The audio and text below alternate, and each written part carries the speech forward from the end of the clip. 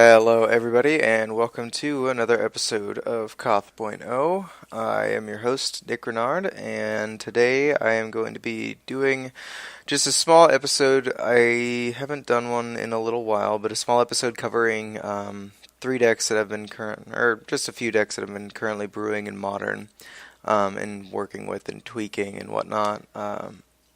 Modern is a very diverse format. There's lots of deck choices to play.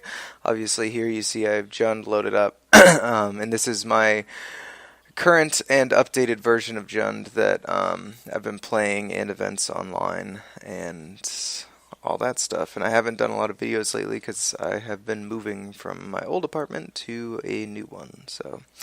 But let's go over the choices. So you can see that I cut white. I originally had Lingering Souls in this list, as a lot of people did, as a nice card to discard to Liliana, and it's good in a lot of matchups like Affinity and stuff like that, and it's just a good value card, and that's what Jund is all about, is getting 2-for-1s, and, things like Dark Confidant and Liliana, and like Batterskull and Olivia, and Deathrite Shaman just being worth much more than what you pay for them. So cutting white makes the mana base a lot easier. I actually bumped this up to 25 lands. I had 24 lands before, and most lists you'll find out there do run 24.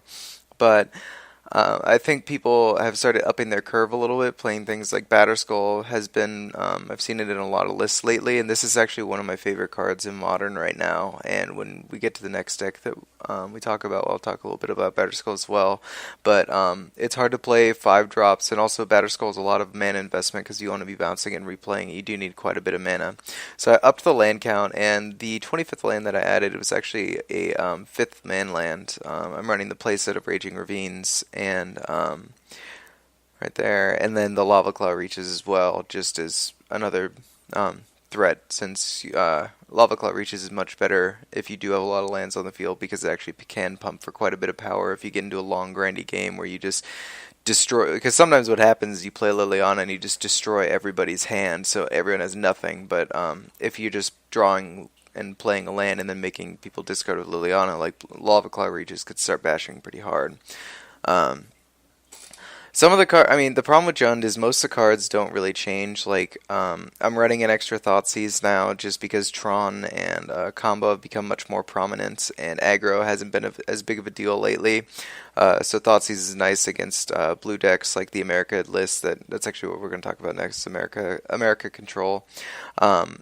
And so we have 6 of the hand disruption spells, which are very good. The 4 Death Rights, definitely play 4 of those. Definitely 4 Bolts, definitely 4 Bobs, definitely 3 to 4 Goyf. Right here, I've upped the amount of Terminates because of the popularity of Celestial Colonnade. Abrupt Decay is still very good. I think I would never play less than 2 Abrupt Decays between the main board and the sideboard. You can see I have 1 in the main board and 1 in the side. The Pulse is a nice catch-all. I've been seeing a lot of Elspeth going on lately. Been seeing a lot of Batterskull. Pulse is a nice card to have access to that kills kind of those higher-end drops. Like, I've even seen people running 4-drop Garrick. So yeah, it's something that the Abrupt Decay doesn't hit. So it's kind of like your second Abrupt Decay, just because the metagame has changed up a little bit. The main deck Jund Charm is interesting. I've always liked having a main deck Jund Charm. Being able to exile their graveyard is very relevant in a lot of matchups right now, and even just using it as a Pyroclasm or for its other ability. It's just a very versatile card in the format right now, and it catches a lot of people off guard, and it's insanely good to have main deck against Eggs, which is probably the only combo deck that you'll find out there right now. I ran into a Storm deck the other day, but it was like one match out of like the 50 that I've played. So, and not to mention, like, exiling graveyard against that is great as well, because they use Past in Flame, so they use their graveyard as well, and Pyromancer's Ascension. Liliana is, you definitely don't want to go below 4 Liliana. I see a lot of people going down to like 2 or 3, and I think a lot of the times it's because of budget. People don't want to pay for her because she's spiked in value so much. If you want to be playing a good Jund list, you need to be playing 4 Lilianas, and there's really the only other option would be playing 3 in the main and then sideboarding the other one, but I think that's just a waste of a sideboard slot. She's insanely good in every single matchup, and playing her turn 2 with a Death Right pretty much seals a victory for you. So it's nice to have that nut curve of Death Right into Liliana, and it sucks when you have the Death Right, but then you get to your 3-drop and it's like you don't have anything that powerful to play. So she's an awesome threat, and you should definitely be playing 4 of her. Kitchen Finks, just kind of a Mize. Nice value card. This is replaceable. I figured with the extra Thoughtseize, a little extra life gain. Kitchen Finks has always been fine in mid-rangey. And then you see kind of the powerhouses at the top of the curve. Olivia, Batterskull, and Thrun. They don't need a lot of explanation. They're just really powerful cards. I think Batterskull is the best, and the only reason I run kind of one of each is just because they do get worse in multiples. Obviously, Olivia and Thrun, the legendary rule makes them way worse if you have 2 of them. And you, as long as like one of them is online, then you're going to be doing fine. Like Thrun does very well in these kind of creature on creature matchups when you're facing junk and things like that. He's very hard to target. Another reason why Liliana is great, because she does deal with Thrun. Same thing with Olivia. If they don't mess with her and they don't bolt her right away, and she just starts getting to ping things on the board, she'll end a game very quickly. And Batterskull is just, it's impossible to race. It puts up, and you can equip it to any one of your dudes. I won a game yesterday with a 9/10 Tarmogoyf with Vigilance and Lifelink, and that felt pretty good. So, sideboard. You see the extra Abrupt Decay. It's just a catch-all card. Same thing with the Maelstrom Pulse here. Ancient Grudges I'm leaving in here because they're awesome against eggs. A lot of people have been kind of questioning whether or not Ancient Grudge is good against eggs, and I think that's due to their lack of experience with playing that matchup.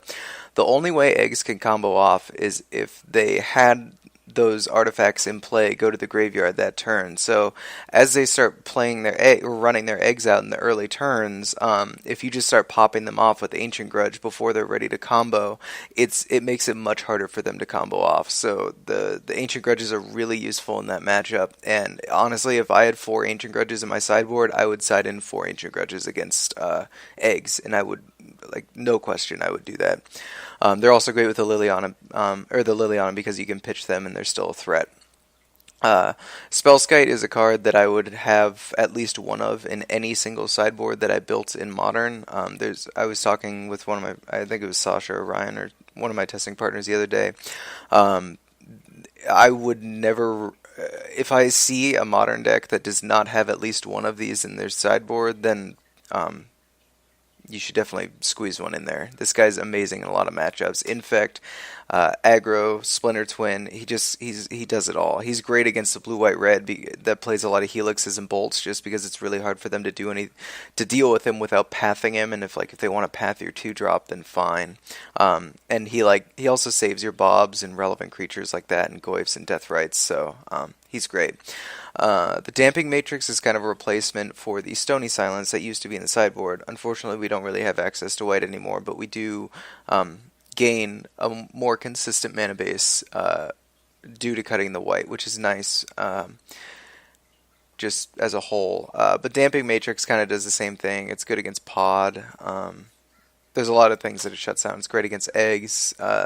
And I'm just running 2 of them right now, kind of in testing, hoping that the 3 mana versus the 2 mana isn't a big difference. A lot of people have been saying it is. I know that the difference between 2 and 3 is very significant, but I just want to see if, you got to test to know. So he's in there. And you can also turn to it with the Deathrite Shaman. So Jun Charm, again, we already talked about that card. I just have a second one in the sideboard. It's nice to be able to hate on graveyard sometimes, and Pyroclasm and all that is very nice. It's just versatile. Rakdos Charm, side in against Splitter Twin, again, graveyard hate, and it also kills artifacts, which is nice, so it acts as kind of your 3rd Ancient Grudge. That also has some versatility in other formats, or other matchups. And then your Kitchen Finks is for aggro, whenever you need to gain life. And Sowing Salt is for Tron. Pretty simple there. Blood Moon is actually in testing right now. There's a lot of decks that are getting really greedy on their mana bases, and since we cut the white out of ours, I figured maybe we could take advantage of the Blood Moon, since it is great against Infect. It's great against... did I say Infect? I guess it's not bad against Infect. It's great against... I meant to say Affinity. And anyone just running a lot of non-basics, it can really shut them down. And so it's a card I'm kind of bringing back. And then Slaughter Games is obviously great against combo. I also bring Slaughter Games in against Tron because I can generally beat